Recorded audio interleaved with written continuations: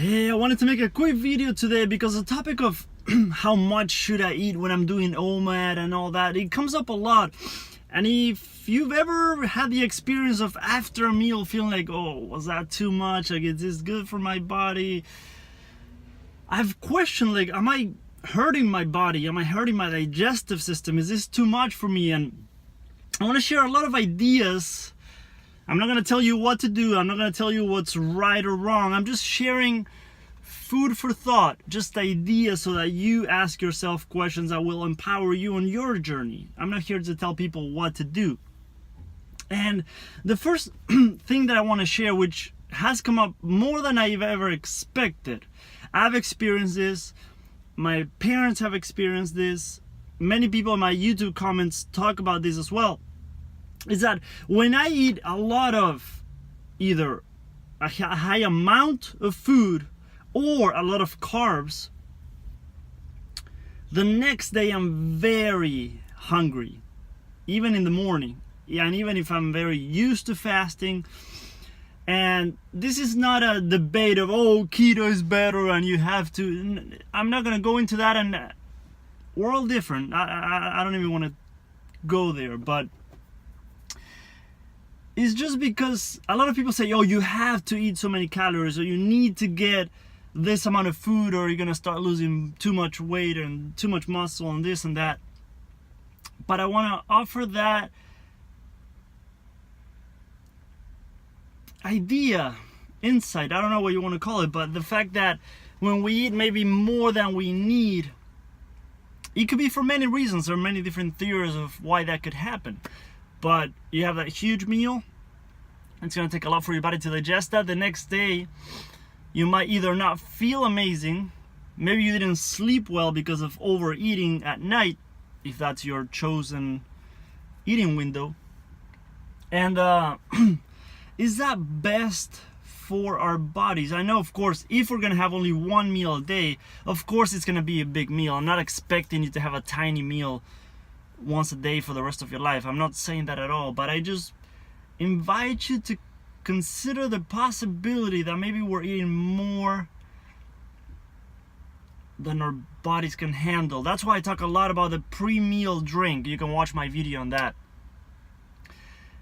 We need to do everything we can to support our digestive system. If we're only gonna eat one meal a day, you only have one chance to get it right, kind of.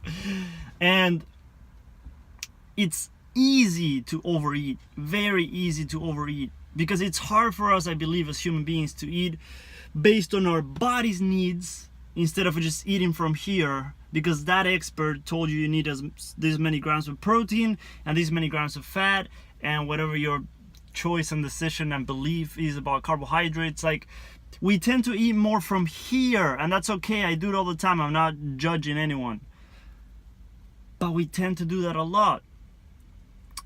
And then how do we feel the next day when we don't even listen to our bodies and we overeat? It's not easy. It's a journey. I'm not claiming like I have the answers and it's been a perfect journey for me. Hell no. And I'm going to share more about that. But I just want you to consider like how much stress it can be on your digestive system and your glands. And your glands, the health of your glands is going to determine how your hormone levels are and how they function within your body, how everything functions together. Everything works together in our bodies. We tend to obsess about either liver, adrenals, and kidneys, and this and that. Everything works together. The health of one organ is going to affect the health of the rest of the system. So, of course, sometimes therapeutic things for a specific organ is great, but just think about how overeating is affecting.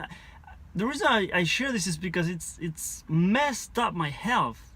I overeat a lot. A lot of it is emotional eating, which I'm gonna talk about that, because the more I heal emotionally, the more I notice that I have less cravings and less emotional eating and overeating and all that kind of stuff. It's fascinating to see, fascinating. But I just invite you to consider that that thought that we might be damaging our body so much by overeating our digestive system, which is linked to every system in your body. We know that. We know that by now. Please, we know that.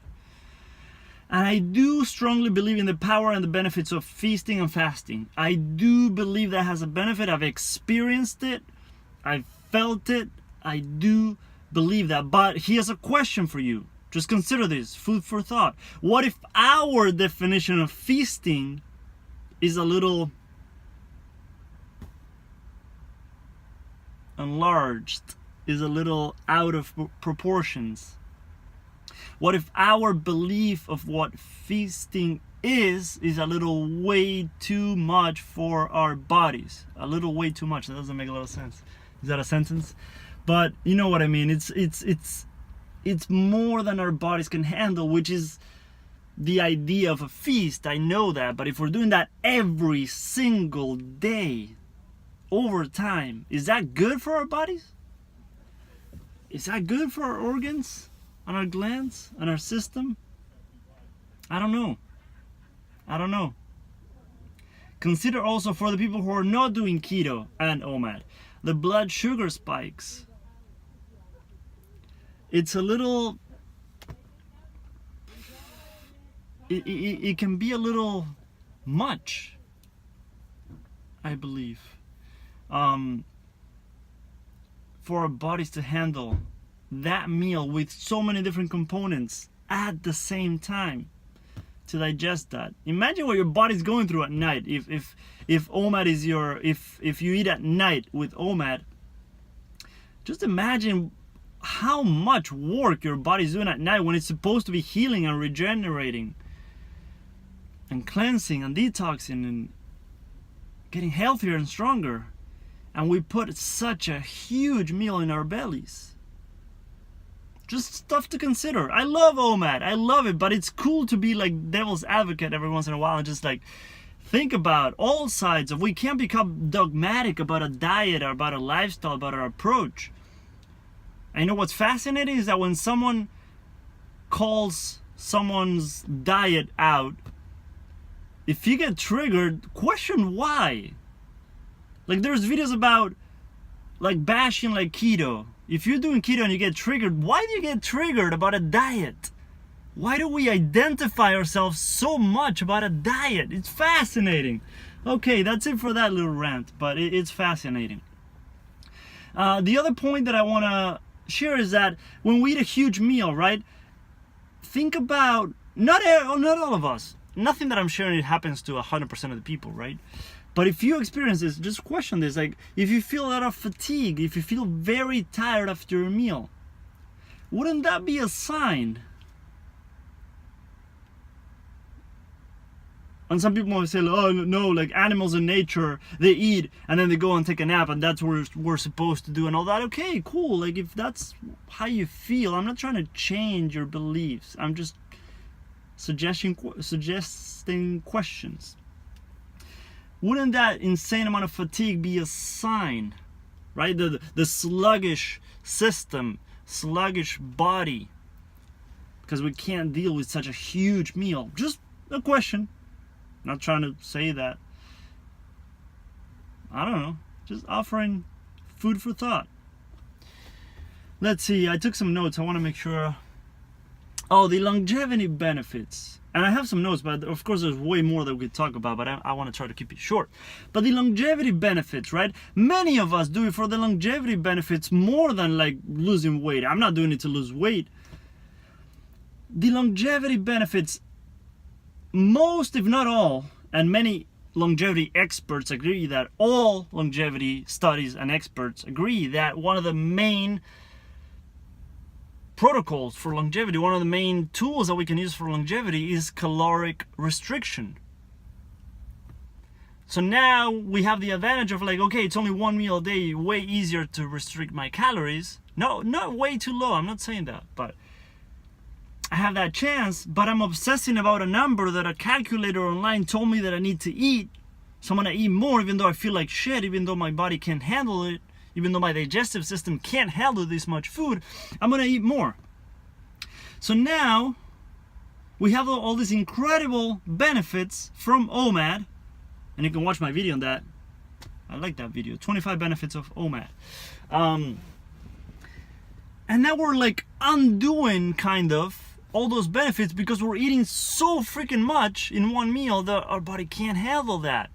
And we know that digestive health is huge for longevity.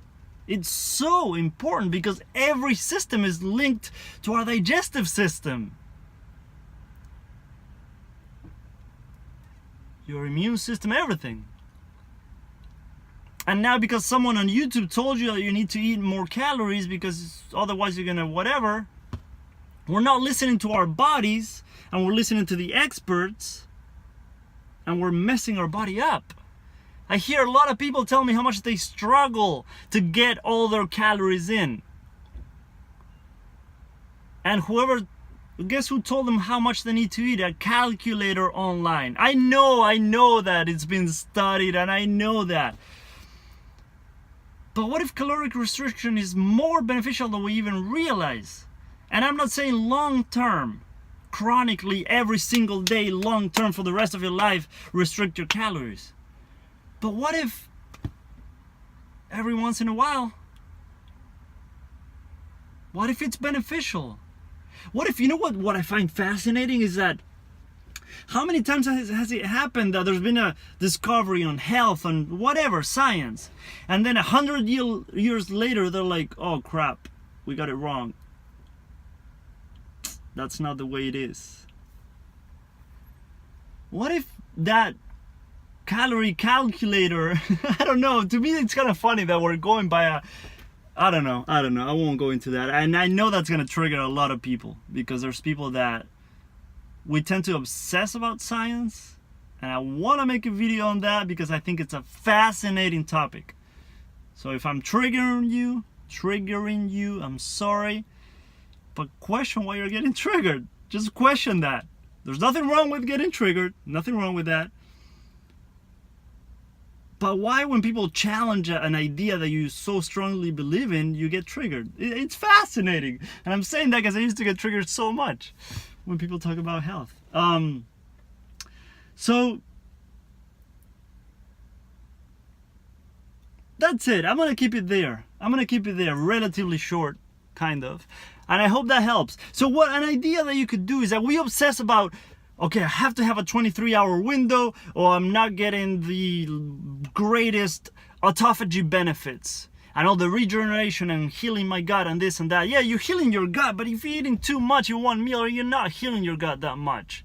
And there, I'm talking to myself there because that's what I was doing. I was actually harming my gut. So what if you do a 22-hour fast?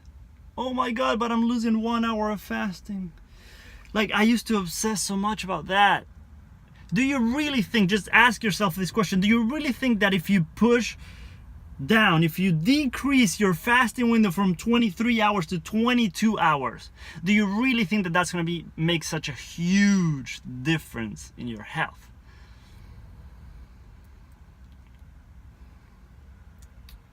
Maybe we don't need to obsess that much about it. So what if you split it into like a 2-hour eating window and you have 2 small meals so that the first one gets maybe most of that hunger out, and then the second one you enjoy that too, but you're not overeating as much, because in the second meal you probably won't be able to have a huge meal. I don't know, that's just one simple suggestion, but just find whatever works for you, but also realize that, okay, I'm getting full, but my plate, I measured it so that it has the exact amount of calories that I need, so I need to finish my plate. Really? Do you really need to do that? Instead of listening to your body, going by someone's recommendation?